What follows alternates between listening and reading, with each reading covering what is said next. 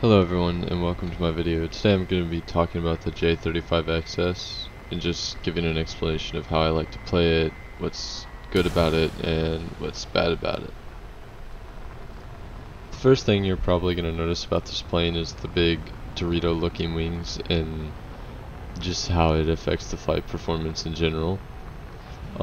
It tends to make it where you can pull really high OA, but with a recent change in the flight model, it kind of compresses really bad at high speeds, but when you're at lower speeds you can turn really hard.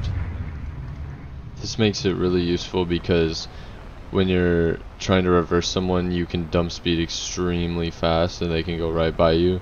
So a couple times in this video I'll be fighting like F5Cs or just even F4Cs, F111s. You see a lot of those at this BR, and you can just pull really hard and they'll go right by you. Especially in the intro clip, you saw me fighting the F5C.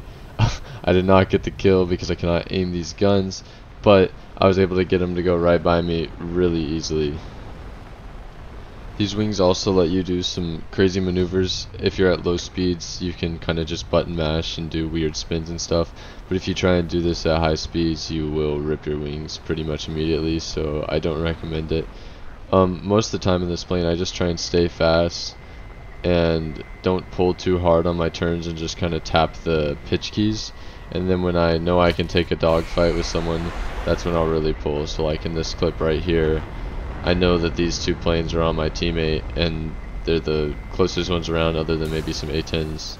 So I just pull around and dump a lot of speed, but it didn't really have any negatives just because no one could pull up on me.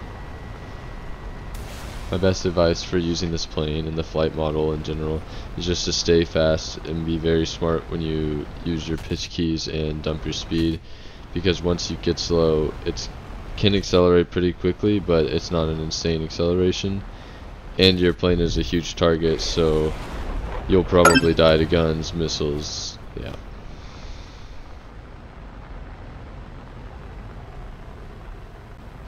So the next thing that I'd like to talk about is this plane's guns. So unlike some of the other J35s in the tree, you only get one gun on the right side of the plane, I'm pretty sure.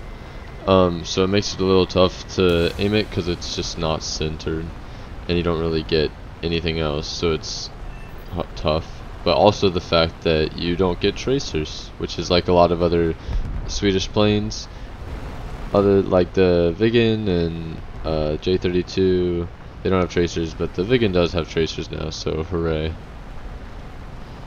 These guns are just gonna take time for you to learn, and my best advice would just go into a practice round or the mission editor and just get used to the timing of the guns and aiming them.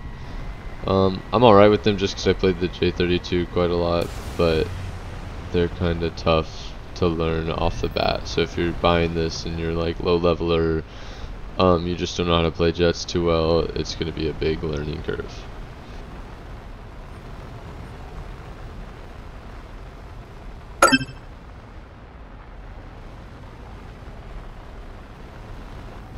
Another thing with these guns that you're gonna have to get used to is when you're going in a head-on, since it's off to the right, you're not gonna be having the straight shot. It's gonna be just a little off-centered.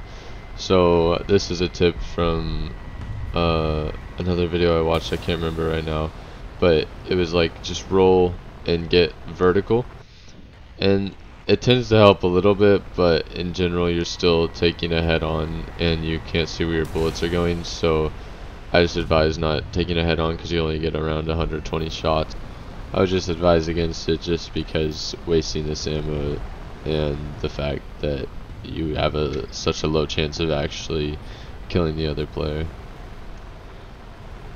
My best advice for using these guns, which I do in this clip, is just wait until you know you have the shot.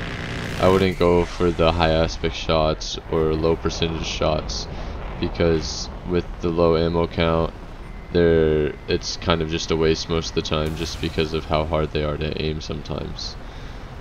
So in this clip, I'm just sitting here on this F5E. I know I'm quicker than him at the moment, and when he pulls up, I just wait, and right when he's in line, I take the shot, and then it's an easy shot. Another thing with these guns is I also find myself just getting a lot of crits.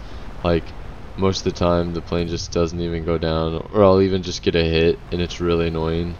But I think they changed it. I don't know, I haven't been following the roadmap too well, but you get your assists most of the time now. It's annoying because it should have been a kill.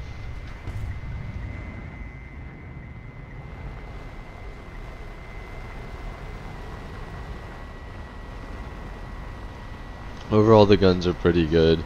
You only have 120 rounds and they're hard to aim, but once you do get used to them, you can get quite a few kills off of them because it feels like they just shoot, they just have a higher velocity. I haven't really looked at it, but you don't have to lead so much as if you're aiming with like a MiG-21 or a MiG-23, something like that.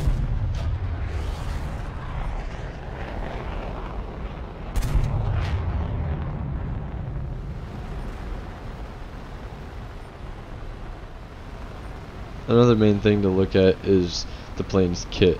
You get 6 RB-24Js, which I'm pretty sure are the same as the AIM-9J or AIM-9P. It's just like the 20G missile rear aspect. It's seen in a lot of planes. These missiles are really good in this SPR, in my opinion. They have 20 Gs. Not amazing flare resistance, but they do sometimes just go straight through flares if you're lucky. The biggest thing for me is the like the seeker head, how big it is. You get you have so much room to like pull and maintain the lock that you can almost use it sometimes like just in a 1 kilometer, 1.5 kilometer shot, like that you're in a dogfight when you're slow. Like, these aren't going to pull an insane amount, but if you're fighting a phantom that's slow, you can use your extreme AOA, pull up and lead the missile and get the kill.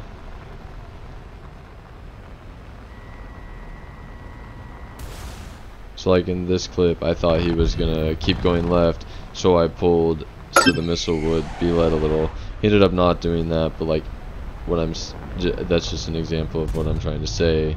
I know I've gotten clips like that previously in the video, but these missiles get you most of your kills.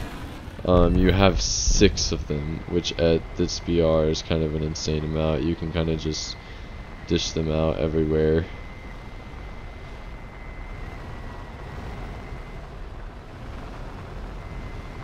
See, like in this clip, I'm chasing the F5C. It's not really a high aspect launch, but it's really close range, and it pulls right off the rail and catches him and kills him. So I would just don't be too scared to shoot these missiles. They can surprise you more than you think. They're not bad at all, and use the AOA of the plane to lead the missiles especially. A strategy I like to do with these missiles is just go to high altitude when you're like in a down tier, because if you're in an up tier you might face things that have AIM-7Fs, and at high altitude those are going to be hard to notch with no RWR. But when you're up these altitudes, you can just drop on someone and they won't even know you're there, and you can fire your missile, get your kill, and go right back up. The only thing is I'd be really careful, because you do compress quite bad when you're going this fast, so when you're going down it's going to be tough for you to pull up. But here I just kill the guy and I go right back up and look for the next.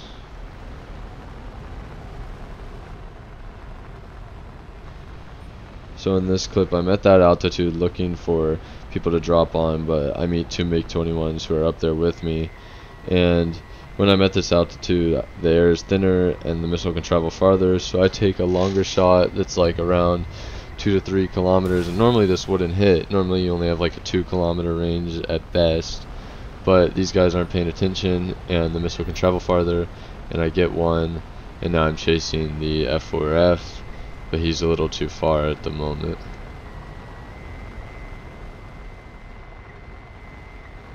So here I'm just maintaining my speed, making sure not to dump it because there are people near me.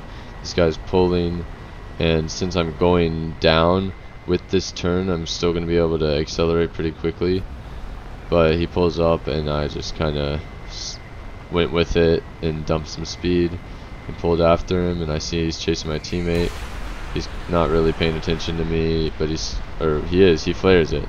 Here he's not really paying attention. I'm able to pull with the AOA, lead the missile, and a 1 kilometer shot, and he's dead.